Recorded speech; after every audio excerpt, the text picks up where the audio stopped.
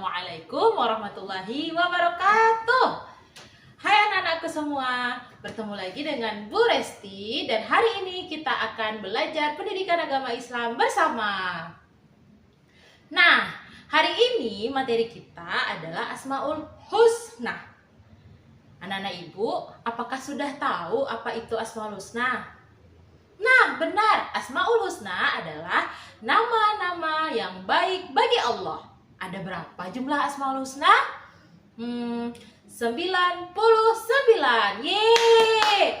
Nah, Asmaul Husna yang akan kita bahas pada hari ini yaitu Ar-Rahman, Ar-Rahim, Al-Malik. Kira-kira apa ya artinya? Nah, Asmaul Husna Ar-Rahman artinya adalah Allah Maha Pengasih. Ayo diulangi. Arti Asmaul Husna Ar-Rahman adalah Allah Maha Pengasih. Selanjutnya, Asmaul Husna Ar-Rahim.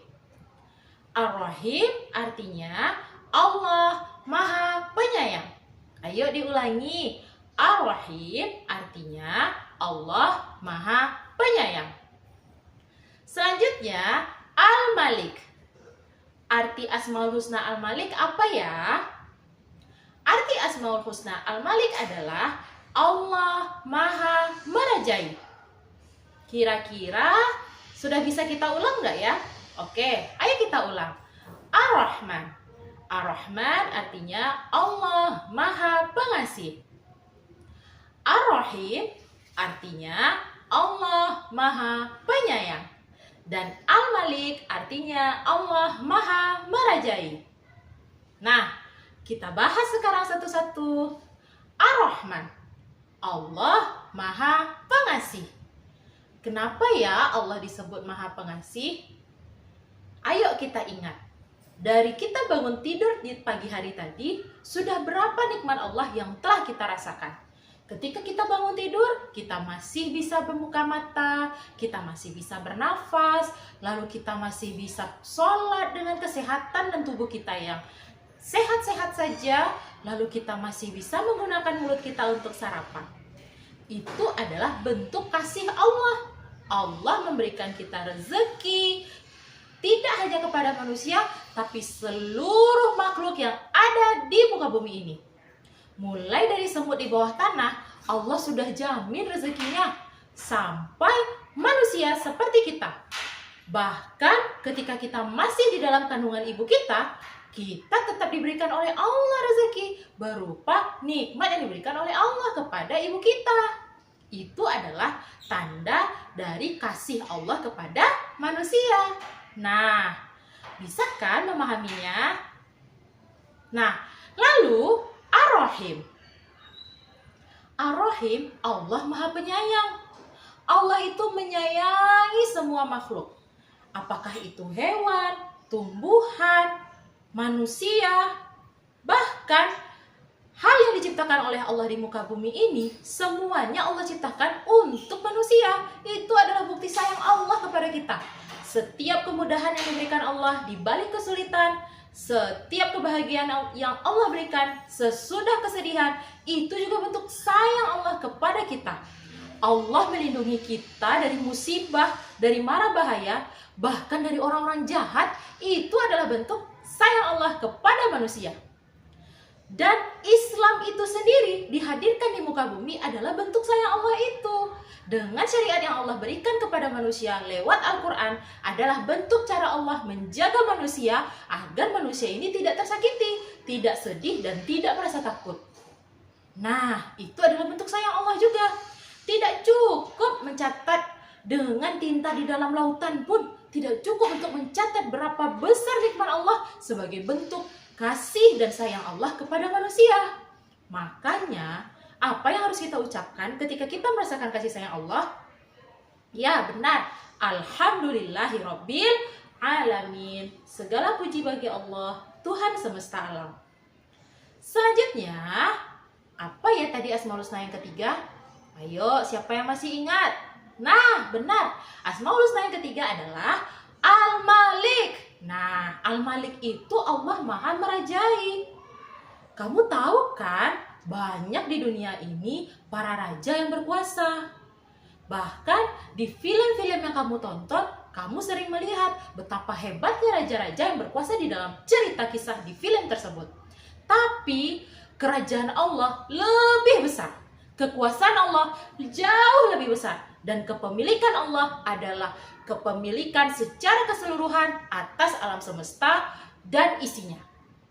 Langit yang 7 lapis, bumi yang terhamparkan, dan kita makhluk hidup, bahkan makhluk-makhluk yang ada di muka bumi ini, semuanya adalah milik Allah. Allah yang merajai kita semua.